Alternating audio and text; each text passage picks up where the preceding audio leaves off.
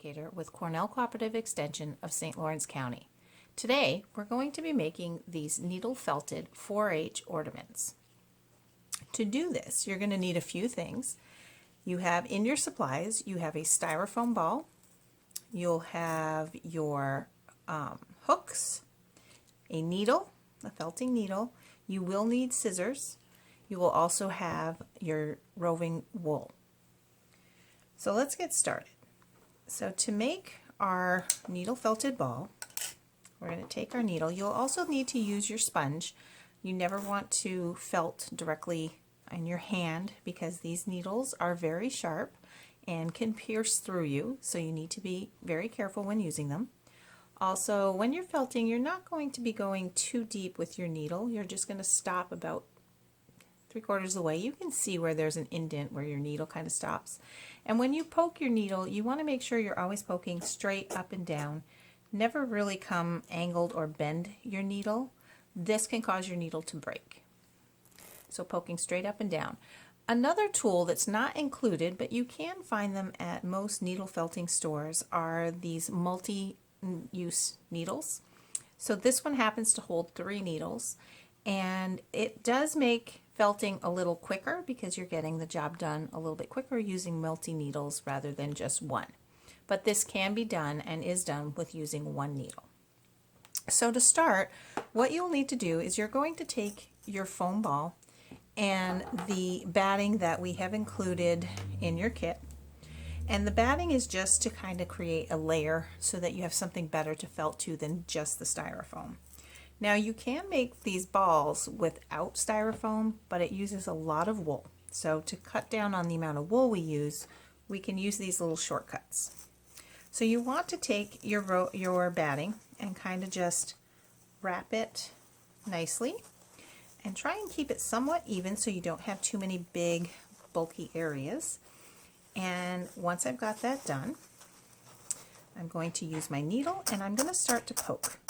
And you'll see that it'll start to stick into your ball, and you're going to just roll your ball around to continue working your batting to your ball. Just to show you how the multi-needles works very similar. Again, a straight up and down motion, and you can just poke it in this way and it'll start to work my batting down as I go. And you always want to be careful that you don't poke too close to your fingers. So you're going to do this until you've got your whole ball completed. So once you have completed your felting of your batting to your ball and you're satisfied with how it looks and it's all attached to your ball, we need to first put in our ornament hook, our cap. So what you want to do is you're going to, and you may need help from an adult, but what you'll do is you're going to squeeze and pinch this together. Okay. Then I'm just going to stick it in the ball, and this will actually be the top of my ball now. Once I've got that somewhat in, I can just finish poking it in there, and now it has secured into my ball. So now I know where the top of my ornament will be. Now we're going to start putting on our colors. So for the base, we have the sage yarn. And this, what we do is I like to work in little sections. So to separate your yarn, you don't want to keep your hands close because you can't pull it apart if your fingers are close. The farther apart your hands, the easier it is to pull apart. And you never want to cut your yarn with scissors because this will cause like straight blunt edges that are hard to tuck and poke in. So by doing that, I've got a small piece. I'm going to just fan it open just a little bit. And I'm going to start here next to my cap of my ornament, and holding my hands, I just kind of lay it out. And now what we're going to do is you're just going to start to poke. And you'll poke all of this in, and as you go, you will keep adding pieces as we go. So if I had here, I'll just keep poking this in and going through this way. Okay, so when I'm ready to add another piece, I want to try and keep my yarn going the same direction just so it keeps it looking even. So again, I'm going to take some here, I'm going to separate it, and I'm going to place some more up here in this direction. I'm fanning it out a little bit just to cover up my white of my ball. Now when you're poking around the cap, you need to be careful that you don't poke the metal, because again, this could, and you'll want to take your time and poke slowly. And you'll keep going at taking your time at getting all your yarn into your ball. So again, you're going to keep doing this all the way around till it's all completely covered. All right, so as you're felting, you might notice that you have some areas that aren't, you can still see your ball through the foam, the styrofoam through your ball. All you need to do is just take small amounts and just keep adding and building until you're happy with the look of your ball, and you just take your time. Now this project will take, it took me about 3 hours to complete, so it's not something that you will have done in a couple of hours. It takes some time. I like to felt at it, work at it, put it down, come back to it later, keep going. So know that this will take you several hours to maybe a couple of days if you're new at it to do this project. But don't worry. Just take your time and keep working. So once I've done felting my ball with the sage color, I'm ready to start my actual clover. So this particular clover has a centerpiece, and then it'll have the 4 petals. So we're going to start with our centerpiece. So for this, we only need a small piece of wool. We're going to start small, and you just keep building.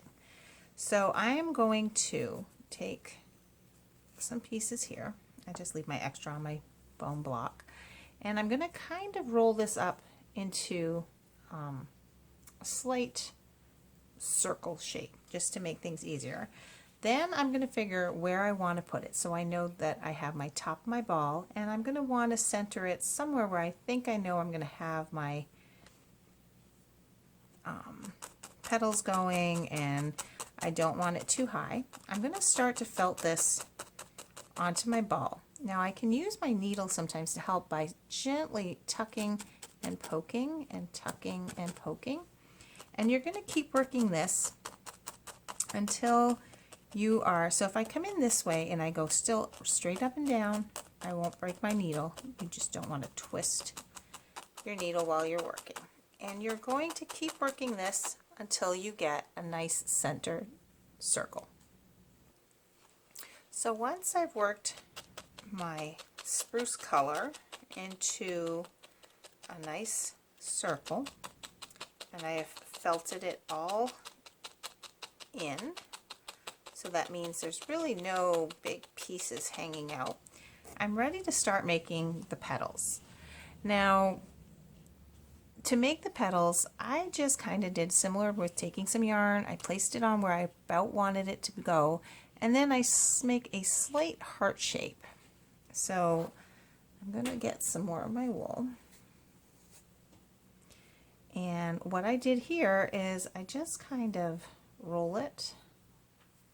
Oops, I think I got too much here. So it's easier to build on than to take off. Once you start felting something in, it's really hard to remove it. So it's easier to take smaller pieces and build. And again, I just kind of work this into a little folded in piece. It just helps at not having to felt in as much of the wool. So I know I need 4 petals, so I'm going to look at my ball and try and place it where I think I may want my first petal to go. There is no right or wrong place to put it. Now I'm going to felt it in, and I kind of, what I want to do is I figure out a shape that I might want. I see the shape in my head, and I just kind of work my colors together to get me that shape. So I know I want to do a bit of a heart shape, so I may want to tuck in, and as you can see, I'm using my needle to start working my shapes. Once we've created our 4 petals and you're satisfied with the sizes, we need to do our stem. So again, using a small piece of the wool, I'm just going to fold over to make the first part. I'm going to attach it at the base here, kind of like this. And then I'm going to give it a slight curve, so I'm just going to take my wool and kind of curve it and felt it in. Then what I can do is, once I know it is where I want, and if you were to look at our 4-H logo, you would see that the end kind of flares out. So here's where I'm going to use my scissors and sort of trim this little excess that I didn't felt in. I'm just going to trim that off. All right. So as you can see, it gives it that blunt edge at the end, but we are kind of looking for that look with the stem. And then just slowly working. You're going to keep working until you've created your stem. So now I've got my stem completed and my petals. I'm ready to start on making the H's. So to do this, you're only going to need very little amounts of the ivy color. So what I do is I'm going to hold and I'm going to just pinch a small amount, and I'm just going to kind of pull a very thin piece. You can see it's very tiny. What you now want to do is you're going to want to roll it between your fingers, so you're kind of bringing all those fibers together. Then we're going to start at placing our first. Now I like to have it go past my petal just because it gives me something to hold with my fingers to make this a little tighter. And then I'm going to make sure I'm straight, and we're going to start to poke color into our wool. Once I let it go, I know it's in there and it's secure.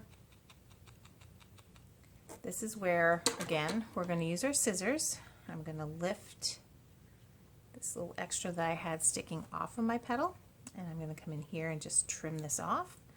The same thing at the height that I want my petal to go. Now I'm going to take this and I'm going to make my next piece. So again, I'm going to take my wool, I'm going to roll it out, and I am going to make my cross section for my H, and I'm going to felt that in.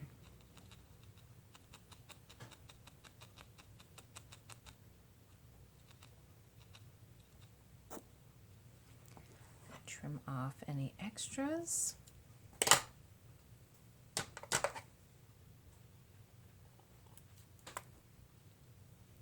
And oops, we need the last piece, again twisting it, and I'm going to make the other side. Now you can do the 2 long sides and then the part that goes across. You can do those any way you'd like. And then you're just going to continue doing this until you have created your first H.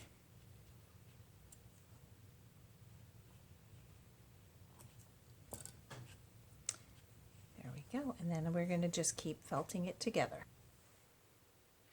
So once I have felted on my 4 H's, and I've done that, our bottle is almost complete.